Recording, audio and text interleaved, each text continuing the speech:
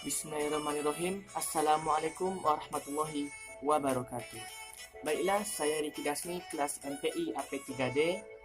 Maksud saya membuat video ini iaitu ingin menyelesaikan UTS mata kuliah Manajemen Peserta Didik.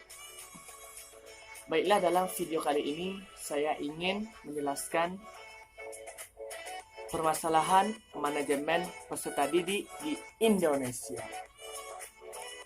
Silakan menyaksikan. Cekidot.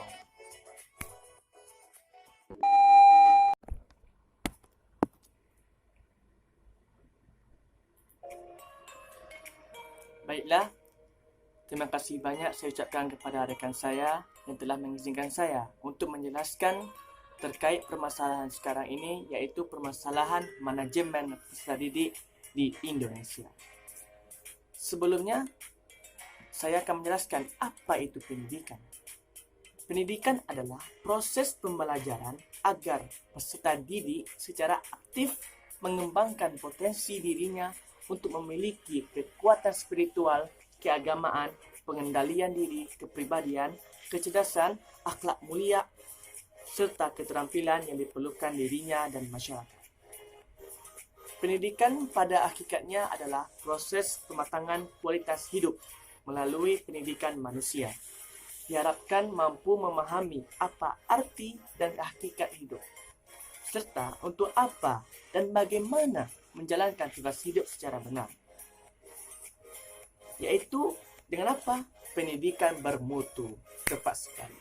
Pendidikan bermutu adalah pendidikan yang mampu melakukan proses pematangan kualitas peserta didik yang dikembangkan dengan cara membebaskan peserta didik dari ketidaktahuan, ketidakmampuan, ketidakberdayaan, ketidakbenaran, dan dari buruknya akhlak dan keimanan. Pendidikan bermutu lahir dari sistem perencanaan yang baik, good planning system dengan materi dan sistem tata kelola yang baik, good governance system, dan disampaikan oleh guru yang baik, good teachers, dengan komponen yang bermutu, khususnya guru.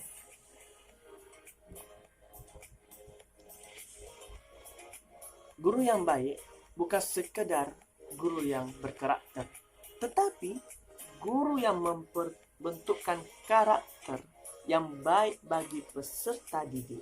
Bukan sekedar guru yang mempunyai teladan yang integritas, tetapi guru yang mampu menjadikan peserta didik memiliki teladan dan patut diteladani oleh siswa.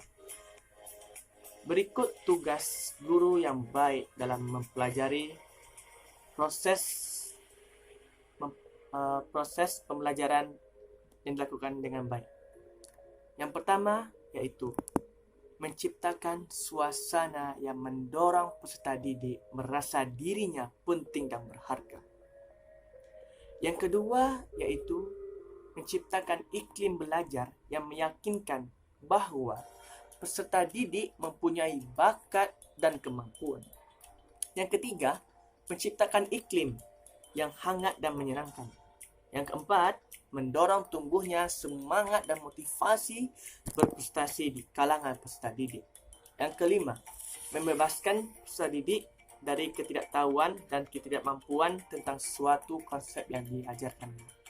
Yang keenam, membebaskan peserta didik dari ketidakjujuran dan dari ketidakbenaran.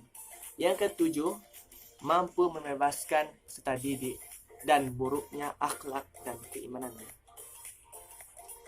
Baiklah, itu saja pendahuluan sebelum saya memasuki pembahasan. Baiklah, saya akan menjelaskan poin pertama, yaitu permasalahan rendahnya mutu pendidikan di Indonesia dan apa penyebabnya. Baiklah, di sini saya akan menjelaskannya. Simak baik-baik.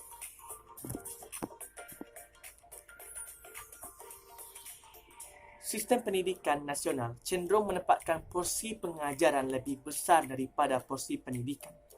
Sehingga kegiatan pendidikan cenderung diidentik dengan proses peningkatan kemampuan, keterampilan dan kecerdasan belaka. Sementara itu, urusan pembentukan kepribadian unggul dan budaya mutu belum diperhatikan secara mendasar. Kondisi tersebut mengakibatkan munculnya berbagai permasalahan-permasalahan pendidikan yang apabila tidak ditangani dengan baik dan sangat berpengaruh terhadap upaya-upaya peningkatan mutu pendidikan.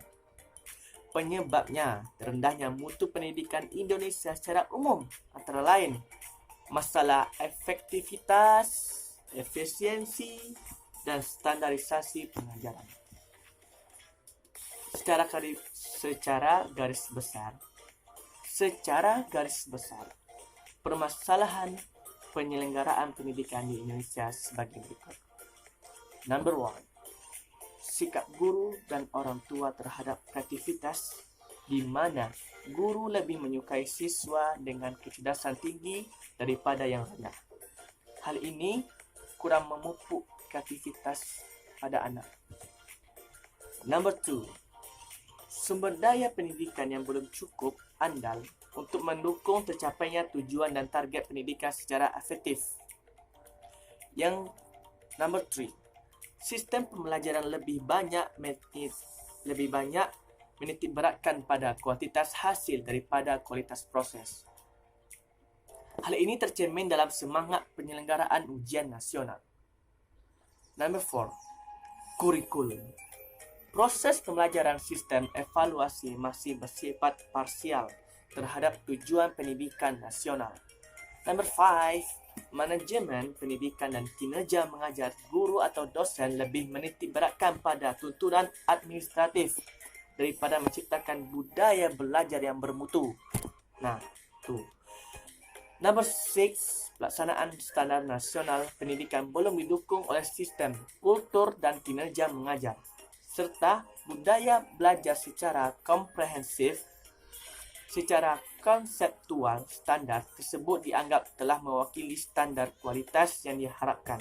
Namun, dalam praktiknya belum didukung oleh sistem kultur dan kinerja mengajar, serta budaya belajar siswa dan mahasiswa secara komprehensif.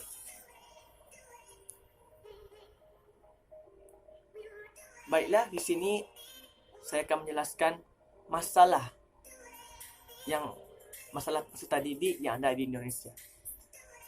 Yang pertama yaitu rendahnya kualitas sarana fisik. Hal ini dibuktikan dengan masih banyaknya sekolah ataupun gedung perguruan tinggi yang mengalami kerusakan parah. Wow. Amazing. Yang kedua yaitu rendahnya kualitas guru. Kebanyakan guru di Indonesia belum profesionalisme yang memadai untuk menjalankan tugasnya sebagaimana dicantumkan dalam Undang-Undang Nomor 14 Tahun 2005 tentang guru dan dosen, yaitu guru bertugas mendidik, mengajar, membimbing, mengarahkan, melatih, menilai, dan mengevaluasi peserta didik pada pendidikan anak usia dini, jalur pendidikan formal, pendidikan dasar, dan pendidikan menengah. Yang ketiga yaitu rendahnya prestasi siswa. Pencapaian prestasi siswa belum memuaskan. Hal ini disebabkan antara lain kerana keterbatasan sarana dan prasarana. Jadi sarana dan prasarana itu penting agar prestasi itu meningkat. Okey. Yang keempat iaitu kurangnya pemerataan kesempatan pendidikan. Kesempatan memperoleh pendidikan dari peserta didik masih terbatas pada tingkat pendidikan dasar. Data Balitbang Departemen Pendidikan Nasional dan Dirjen Bigbaga Departemen Agama tahun 2000 pasal lahir menunjukkan angka partisipasi murni atau APM untuk anak usia SD tahun 1969 mencapai 94,4%. Tetapi APM untuk anak SMP hanya 54,8%. Jauh bedanya. Yang kelima iaitu relevansi pendidikan dengan kebutuhan masih rendah. Hal ini ditunjukkan dengan adanya kenyataan masih banyaknya lulusan yang menganggur. Data Balitbank Depitnas tahun 1999 setiap tahunnya sekitar 3 juta anak putus sekolah dan tidak memiliki keterampilan hidup sehingga menimbulkan masalah ketenagakerjaan tersendiri. Nah, saya akan mengasih solusinya tuh permasalahan yang saya jelaskan dari awal tadi. Upaya yang pertama yaitu sikap guru dan orang tua terhadap kreativitas dapat diatasi dengan mengembalikan fungsi guru sebagai pendidik yang mempunyai tugas untuk mengembangkan sikap dan kemampuan peserta didik sehingga peserta didik mampu menghadapi persoalan-persoalan di masa mendatang secara kreatif dan inovatif sehingga mempunyai potensi dan bakat pada peserta didik. Yang kedua yaitu sumber daya pendidikan yang belum cukup andal.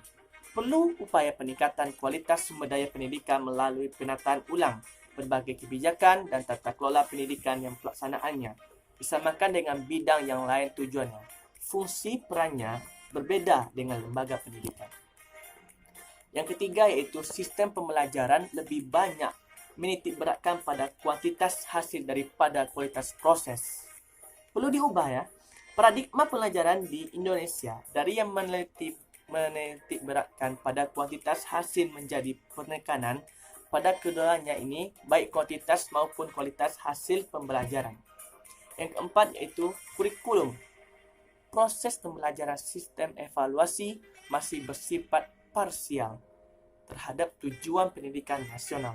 Masalah ini dapat diatasi dengan menciptakan kurikulum yang fleksibel sehingga memberi kesempatan kepada para pelaku pendidik untuk memiliki peluang dalam mengembangkan bakat, minat, kemampuan dan kebutuhan peserta didik. Yang kelima yaitu manajemenkan pendidikan dan kinerja mengajar guru atau dosen yang lebih menitik beratkan pada tuntunan administratif daripada menciptakan budaya belajar yang bermutu.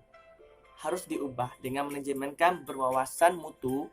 Kebijakan harus dikembangkan ke arah pengembangan kualitas dan kematangan pribadi peserta didik. Yang terakhir yaitu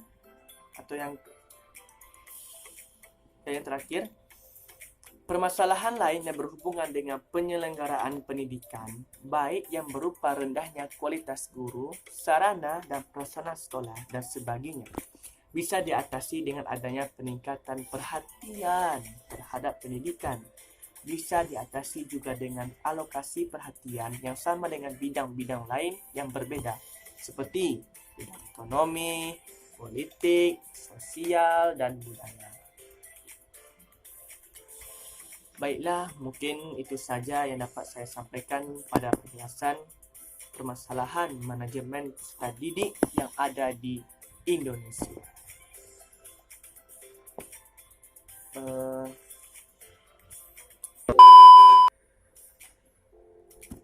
Saya akan memberikan sebuah pantun. Mungkin udah ada yang tahu dengan pantun ini. Pak Camat membeli tomat. Singa.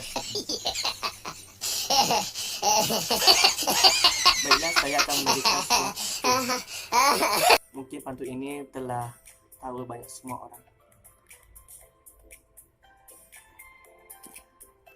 Kalau ada sumur di ladang, boleh kita menumpang mandi. Kalau ada kata-kata saya yang salah, mohon dimaafkan. A few moments later. Maaf teman-teman, tadi saya... Baiklah, sebelum saya menutup, saya mempunyai sebuah pantun.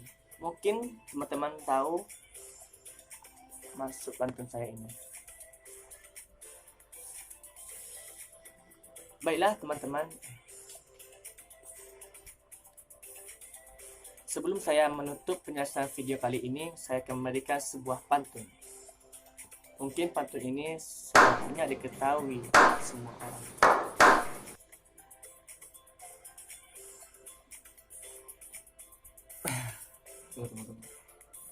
A few moments later. A few inches. Kalau ada sumur di ladang. Kalau ada sumur di ladang, boleh kita menumpang mandi. Kalau ada umur yang panjang, boleh kita berjumpa lagi. Saya Riki Dasni memohon pamit undur. Sekian dan terima kasih. Assalamualaikum warahmatullahi wabarakatuh. See you.